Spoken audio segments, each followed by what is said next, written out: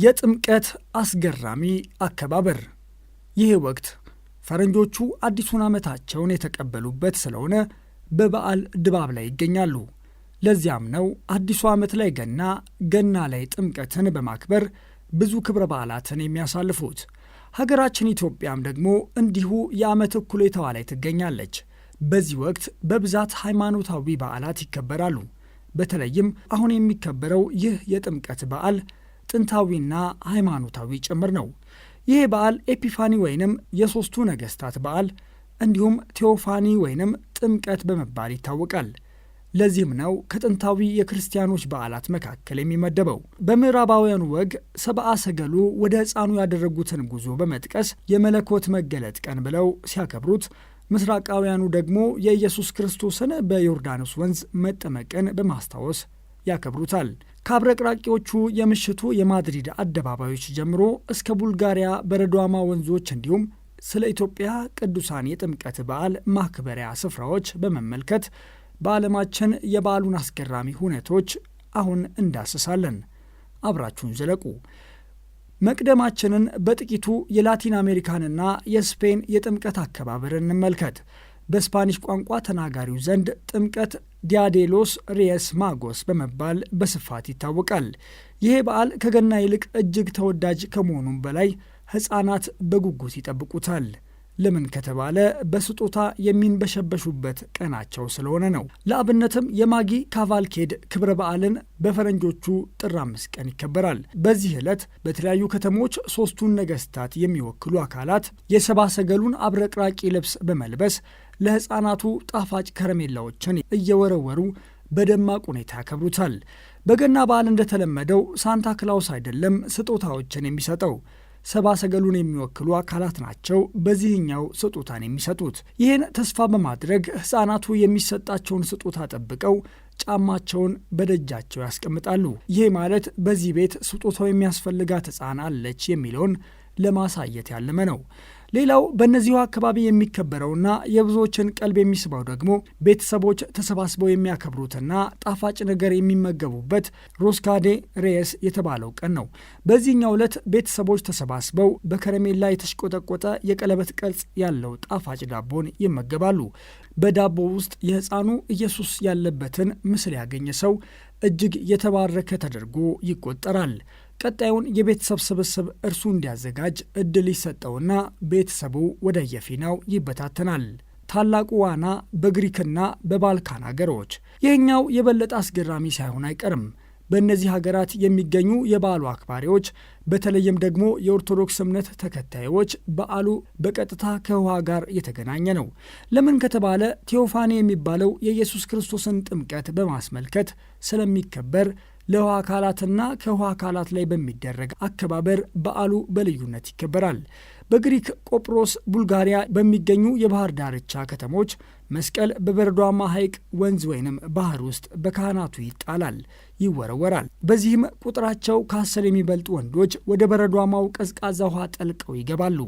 አሁን ላይ በእርግጥም በጊዜ ብዛት ሴቶችም እየተሳተፉበት እንደሚገኝ መረጃዎች ይጠቁማሉ። ቀጥሎ በባህር ውስጥ የተጣለውን መስቀል ፍለጋ ዋናቸውን ያቀላጥፋሉ። በዚያ በረዶና ቀዝቃዛ ውሃ መስቀሉን ያገኘው ሰው ዓመቱን ሙሉ መልካም ዕድልና ባለሙሉ ጤና ሆኖ እንደሚኖር ያምናሉ። የቡልጋሪያው የእንቅጥቅጥ ዳንስ። ይህኛው ደግሞ ሙዝኮሆሮ ይባላል። በዚህኛው ደግሞ ሴቶች ሳይሆኑ ወንዶች ናቸው የሚሳተፉት። ይህም አስቀድመን ካነሳነው ጋር ቅርርብ ይኖረዋል።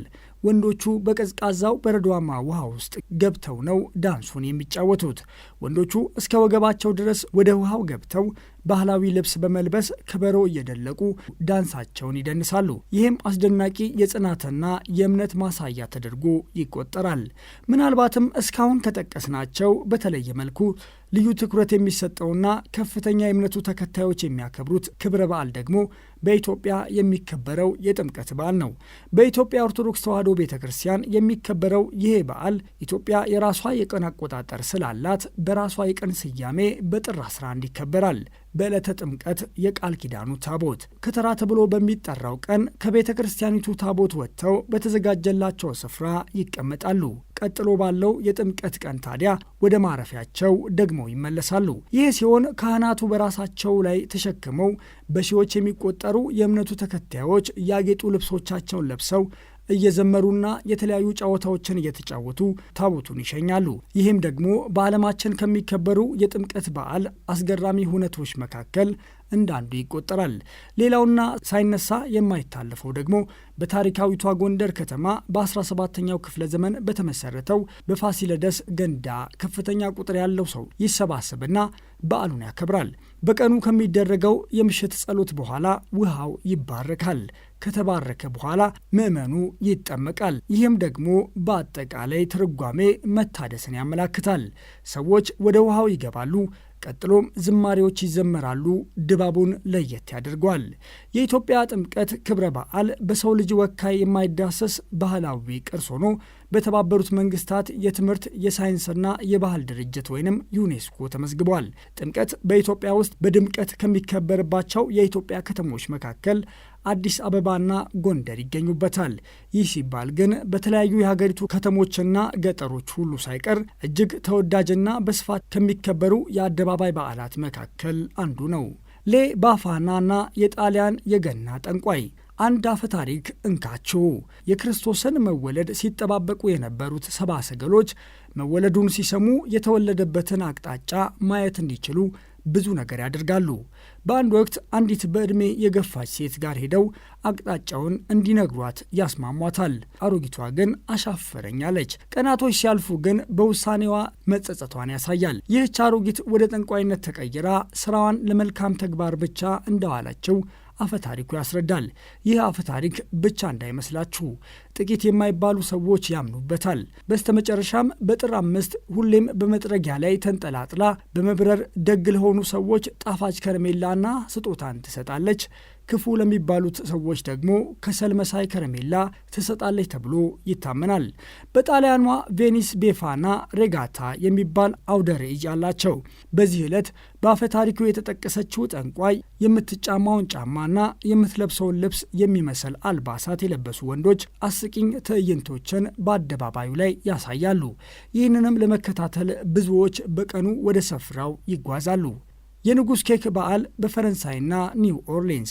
በፈረንሳይ ጥምቀት ሲከበር እጅግ ጣፋጭ ከሚባሉ የአልመንድ ክሬም ከተሰሩ ጣፋጮችና ዳቦዎች በስፋት ለምግብነት ይውላሉ። በዚህ ወር በሁሉም ስፍራ ብዙዎች ስለሚመገቡት የዚህ ወር አንዱ ትዝታ የዚህኛው ጣፋጩ ዳቦ ነው። አንዳንዴም በዕለቱ በቁርሳቸው ላይ በድንገቴ ፈንጠዝያ ጣፋጩን ይሸላለማሉ። ወደ ሩሲያ ስናቀና በሩሲያና በሌሎች የምስራቅ አውሮፓ ሀገራት አብዛኛውን ጊዜ ጥምቀት የሚከበርበት ወቅት የብርድ ወራት በመሆኑ ምዕመናን በጣም ቀዝቃዛ በሆነ ቅዱስ ውሃ ውስጥ በመግባት ነው በዓሉን የሚያከብሩት። የሩሲያው ፕሬዚዳንት ቭላዲሚር ፑቲን በኦርቶዶክስ እምነት ባህል መሰረት በየዓመቱ በቀዝቃዛ ውሃ በመጠመቅ የጥምቀት በዓልን እንደሚያከብሩ ብዙ መረጃዎች ያሳያሉ። በስዊዘርላንድ ባህል ድሪኮኒ ጉሱሸን የተባለ ዳቦ ተጋግሮ ጥር 6 ይበላል። በአውሮፓውያን ቀን አቆጣጠር ገና ከተከበረ ከ12 ቀናት በኋላ በዓሉ ስለሚመጣ 12ስ ናይት ተብሎ ይጠራል። የገና ዛፍ የሰቀሉ ሰዎች የሚያወርዱትም በዚህኛው ቀን ነው። እኛ በዚሁ አበቃን። ለሁላችሁም መልካም በዓል እንመኛለን።